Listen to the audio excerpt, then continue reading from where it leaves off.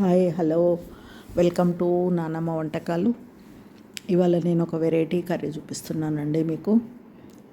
తోటకూర liver curry. పరేషాన్ అవుతున్నారా? తోటకూర లివర్ కర్రీ అని చెప్తున్నారని. ఏం కాదండి, ఫుల్ వెజిటేరియన్. తోటకూరతోటి మనకు చూడ్డానికి ఆ లుక్ వస్తుంది అంతే. 100% వెజిటేరియన్ కర్రీ.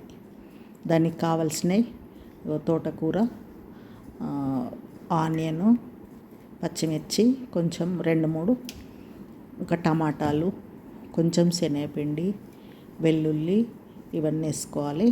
తోటకూర ఇట్లా క్లీన్ చేసుకొని కడిగి పెట్టి మంచిగా ఉప్పు వేసుకొని కడిగి పెట్టుకోవాలండి. బాయిల్ చేసుకోవాలి. కొంచెము వేడి నీళ్ళు పెట్టి ఆ నీళ్ళు వేడయ్యాక ఈ విధంగా తోటకూర వేసుకోవాలి. తోటకూర వేసుకున్నాక ఇది మూత పెట్టి ఒక 2 నిమిషాలు కొంచెం కొద్దిగా మరుగుడు వచ్చే వరకు ఉంచి ఆపేసుకోవాలి. ఇంకా టమాటాలు నేనైతే బాయిల్ చేసుకుంటానండి. కట్ చేసి పెట్టుకొని బాయిల్ చేసి అది ప్యూరీ చేసి పెట్టుకోవాలి. చూడండి, నేను ఎన్ని టమాటా చిన్నవి కాబట్టి ఒక 4-5 తీసుకున్నాను. ఇందులో ఒక 2-3 పచ్చిమిర్చి వేసుకున్నాను. దానికి సరిపడా కొంచెం నీళ్ళు ఇట్లా వేడవుతున్నాయి. ఇంకా కొంచెం మరుగు వస్తే చాలండి. అట్లా కొద్దిగా బాయిల్ అవ్వాలి. బాయిల్ కాగానే తీసేస్తే ఏంటంటే మనకు ఆ పచ్చదనం అనేది అట్లనే గ్రీన్ కలర్ ఉంటుంది. ఈ విధంగా టమాటాలన్నీ కట్ చేసుకొని కొన్ని వాటర్ తీసుకొని ఆ వాటర్లో వేసుకొని వీటిని బాయిల్ చేసుకుందాం. బాయిల్ చేసుకోవాలి. బాయిల్ అయినాక చల్లగా అయిన తర్వాత పైది స్కిన్ తీసేస్తాను నేను. స్కిన్ తీసేసి మనము ప్యూరీ చేసి పెట్టుకోవాలి. ఇందులో ఏం యాడ్ చేయలేదండి, ఓన్లీ టమాటా అంతే. వేడి నీళ్ళు పెట్టుకొని టమాటాను బాయిల్ చేసుకున్నాను. ఇప్పుడు వేరే స్టవ్ మీద పెట్టి స్టవ్ ఆన్ చేసి మూత పెట్టేసుకుంటే అది కొంచెమే ఒక 5 మినిట్స్ కూడా పట్టదు, దానికి అయిపోతుంది. ఇప్పుడు ఈ కూర చూసిందా ఉడికొచ్చేసింది. ఇప్పుడు ఈ స్టేజ్లో ఇంకా మనం స్టవ్ ఆపేసుకోవచ్చు. స్టవ్ ఆపేసుకొని అది కొంచెం చల్లగా కావాలండి. మనము అది మిక్సీ జార్లో వేసుకొని గ్రైండ్ చేసుకోవాలి. ఈ విధంగా దాంట్లో ఒక 2-3 ఎల్లిపాయలు వేస్తున్నాను అంతే. ఇంకా వేరే ఏం వేసి గ్రైండ్ చేయలేదు. గ్రైండ్ చేసి పెట్టుకొని దాంట్లో అన్నీ దానికి సరిపడా మనకు పీసెస్ రావాలి అంటే దానికి కొంచెం శనగపిండి యాడ్ చేసుకోవాలి. నేను చూపిస్తాను ప్యూరీ అయిన తర్వాత. చూడండి, మనకేం బాగైనట్టు ఏం కాదు కదా. ఇప్పుడు కొంచెం పెద్దదే ప్రాసెస్, ఓపికగా చేసుకోవాలి. కొంచెము టైం పడుతుంది. చూసిండ్రా మనకు ప్యూరీ ఎంత గ్రీన్గా వచ్చిందో చూసిండ్రా? చాలా బాగా తొందరగా తీసేయాలి. చాలాసేపు ఉడికితే అది కలర్ చేంజ్ అయిపోతుంది. ఆ స్టేజ్లో తీసి ఇట్లా ప్యూరీ మంచిగా వచ్చింది కదా. ఇప్పుడు శనగపిండి యాడ్ చేస్తున్నాను. చూడండి, మనకు సరిపడా కొంచెం మనకు ఇదేంటంటే ఇదన్నీ వేసి తీసుకొని మనము స్టీమ్ మీద, కొందరికి స్టీమర్ ఉంటుంది కొన్ని ఇళ్ళల్లో, కొందరికి ఉండదు. నాకు కూడా లేదండి. నేనైతే ఇడ్లీ పాత్రలో పెట్టి చేసేసుకున్నాను. అట్లా కూడా చేసుకోవచ్చు. నేను ఎలా పెట్టానో చూడండి మీరు కూడా. ఇప్పుడైతే ఇందులో కావాల్సినవన్నీ వేసుకుందాము. ఇప్పుడు శనగపిండి వేసిన, ధనియాల పొడి,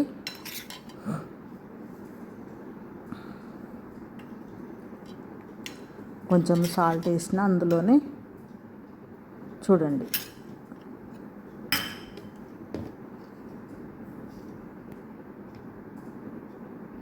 కొంచెము మిరియాల పొడి వేస్తున్నాను. మిరియాల పొడి వేసుకోవాలి కొద్దిగా. వేసుకొని అంతే కలగలుపుకొని మంచిగా కలిపి ఇట్లా ఇడ్లీ స్టాండ్ కొంచెం ఆయిల్ పెట్టేసుకోవాలి. ఆయిల్ పెట్టేసుకొని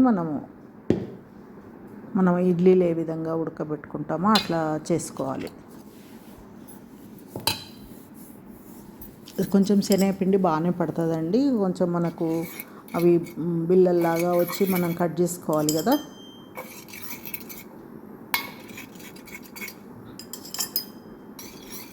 ఆ విధంగా మూత పెట్టి ఒక 15 నిమిషాలు అట్లా ఉడికించుకోవాలి. అవి గట్టి పడాలి కదా మనకు. చూసిండ్రే ఈ టమాటాను ఇప్పుడు ప్యూరీ చేసి పెట్టేసుకుందాం. అవి ఉడుకుతుంది కదా మనకు.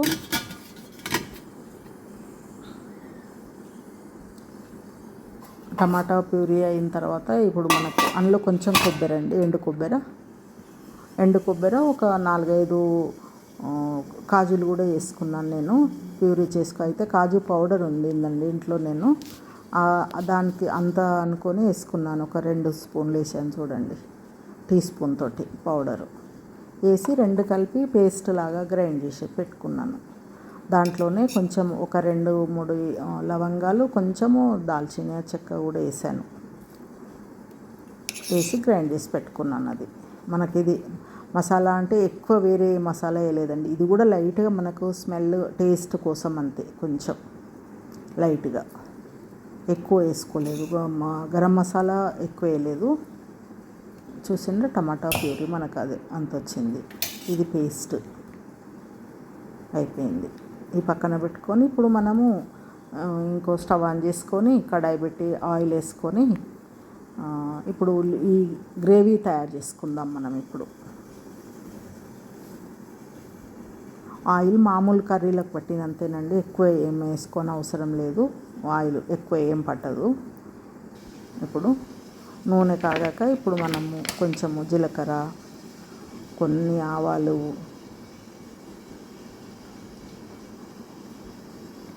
ఇంకా ఇప్పుడు మనము ఆనియన్స్ కట్ చేసి పెట్టుకున్నాం కదా, ఆ ఆనియన్స్ ఒక 2 పచ్చిమిర్చి ముక్కలు, అంటే 2 పచ్చిమిర్చిని ముక్కలు చేసి పెట్టుకున్నాను నేను.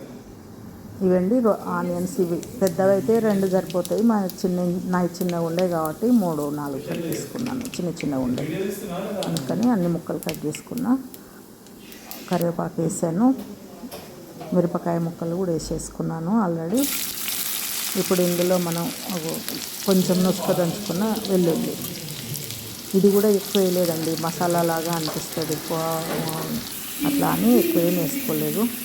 మనకు మొత్తం కొంచెం మరీ నాన్ వెజ్ లాగా కాకుండా లైట్గా ఉండాలి టేస్ట్ అన్నట్టుగా కొంచెమే వేసాను. అది పసుపు వేసుకున్నాను. ఇప్పుడు ఈ పోపు అంతా వేగిన తర్వాత మనం ప్యూరీ వేసేసుకోవాలి. ఉల్లిపాయలు పచ్చివాసన పోయినాక టమాటా ప్యూరీ వేసేసుకోవాలి అందులోనే. ఇదంతా కలిపేసుకోవాలి. కలిపేసుకొని ఇప్పుడు ఈ గ్రేవీకి సరిపడా మనం అందులో అయితే కారం వేసుకోలేదు ఆకుకూరలో, ఇప్పుడు కారం ఇందులోనే వేసేసుకోవాలి. దీనికి సరిపడా సాల్ట్, కొంచెం సాల్ట్ వేసాను అందులో, దవాటికి సరిపడా. ఇప్పుడు మనం ఇందులో కారం వేసేసుకుందాం. 1.5 టీ స్పూన్ వేసానండి కారము.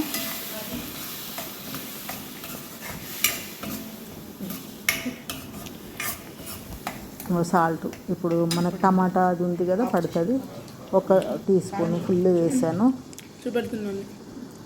ధనియా పౌడరు, ఇవన్నీ కలిపేసుకోవాలి దీంట్లో. ఈ టమాటా గ్రేవీతో పాటు ఈ సాల్ట్ ఇవన్నీ మంచిగా కలిసిపోయినాక కొంచెం ఒక గట్టి పెరుగు మంచి టేబుల్ స్పూన్, 1.5 టేబుల్ స్పూన్ వేసాను. అట్లా ఆ కూర నేను కలిపే చెంచాతోటి అనుకోండి, అదే సైజు 1.5 వేసాను. వేసిన తర్వాత మనం మెల్లగా అప్పుడే పేస్ట్ లాగా ఇట్లా అనుకుంటే మంచిగా కలిసిపోతుంది గ్రేవీలో, ఇట్లా ఉండలు కట్టదనమాట మనకు పెరుగు. ఇప్పుడు మనము కొబ్బరి అది పేస్ట్ చేసి పెట్టుకున్నాం కదా, కాజు కొబ్బరి పేస్ట్, అది వేసేసుకోవాలి. ఇప్పుడు ఇందులో కొంచెం వాటర్ యాడ్ చేసుకోవచ్చు, మనకంతా ఇది కొబ్బరి వేసాం కదా గట్టి పడుతుంది. మనకు కావాల్సిన వాటర్ కొంచెం ఎక్కువ యాడ్ చేసుకోవాలి. ఇప్పుడు కొంచెం అది జీలకర్ర మెంతులు వేయించి చేసుకున్న పౌడర్ అండి, ఆ కొంచెం ఒక చిటికెడంత వేసాను. దాంతో మనకు మెంతులు వేయించి చేస్తాం కాబట్టి టేస్ట్ చాలా బాగా పెరుగుతుంది, దాంతో స్మెల్ బాగుంటుంది, టేస్ట్ బాగా పెరుగుతుంది అండి, బాగుంటుంది. ఇట్లా ఏదైనా టమాటా కూరలు, పులుసు కూరలలో అట్లా వేసుకుంటే చాలా బాగుంటుంది. అది ఆ పౌడర్ తోటి టేస్ట్ చాలా బాగా వస్తుంది. కొత్తిమీర వేస్తున్నాను చూడండి, ఇట్లా చేతితోటి కడిగి తుంపేసుకుంటున్నాను, కడిగి పెట్టుకున్నది. మళ్ళీ లాస్ట్ కొంచెం వేసుకోవచ్చు. అవి చూసిండ్రా, మనకు ఆ ముక్కలు ఉడికిపోయినాయి, మనకు బాయిల్ చేసుకున్న ముక్కలు అయిపోయినాయి. అట్లా పీసెస్ చేసుకొని వేసుకోవాలి. మనం మామూలుగా లివర్ కూడా అదే కలర్లో ఉంటాయండి, లివర్స్ మామూలుగా లివర్ కూడా నాన్ వెజ్వి మనకు మటన్లో వస్తాయి. మటన్ లివర్ అయితే అట్లా ఉంటుంది, సేమ్ అదే లుక్ వస్తుందండి. మనకు మటన్ లివర్ ముక్కలేనా అన్నట్టు మనం చెప్తే తెలియదు. అందులో వేసిన తర్వాత చూడండి అదే లుక్ వచ్చేస్తుంది. మనకు చెప్పకపోతే మామూలుగా అందరూ నాన్ వెజే అనుకుంటారు. అట్లా టేస్ట్ కూడా చాలా బాగుంటుంది. ఆ గ్రేవీ చూసిందా అట్లా దగ్గరకు ఇవి వేయంగానే కొంచెం అబ్జర్వ్ చేస్తుంది అవన్నీ, ఆ పీసెస్ వాటర్ని. అందుకని కొంచెం గ్రేవీ మామూలుగా ఉంచుకోవాలి, మనకు ఎంత సరిపడా అంత. ఇప్పుడు స్టవ్ ఆపేసుకొని మనం ఒక బౌల్లోకి తీసేసుకుంటున్నాం. అయిపోయింది కర్రీ. చూసిందా, మనకు చూస్తుంటే నిజంగా నాన్ వెజ్ అన్నట్టుగా ఉంది. ఇట్లా చూసిన ఫైనల్గా అట్లా కొత్తిమీర వేసుకొని ఇప్పుడు టేస్ట్ చేయడానికి రెడీ ఉంది. టేస్ట్ కూడా చాలా బాగుందండి. రైస్కి అయితే చాలా బాగుంది. మేము డిన్నర్కి చేసుకున్నాం ఆ కర్రీ. మా పిల్లలకు కూడా అందరికీ చాలా బాగా నచ్చింది. ఇప్పుడు మనం వేసుకున్నవన్నీ కరెక్ట్ సరిపోయాయి. రైస్తో పాటు మేము తిన్నాము, చాలా బాగుంది. మీరు కూడా చేయండి, టేస్ట్ చేయండి, కొత్త వెరైటీస్ ట్రై చేయండి, సబ్స్క్రైబ్ చేయండి, షేర్ చేయండి. Thank you.